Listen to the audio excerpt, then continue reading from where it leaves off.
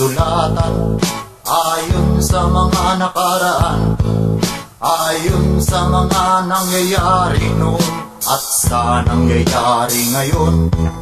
Tayong mga Pilipino raw ay may ugaling magnanakaw, mula pa nung unang panahon hanggang sa kasalukuyan.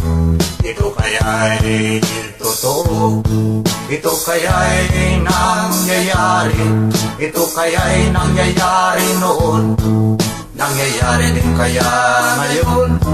Ito kaya'y dahil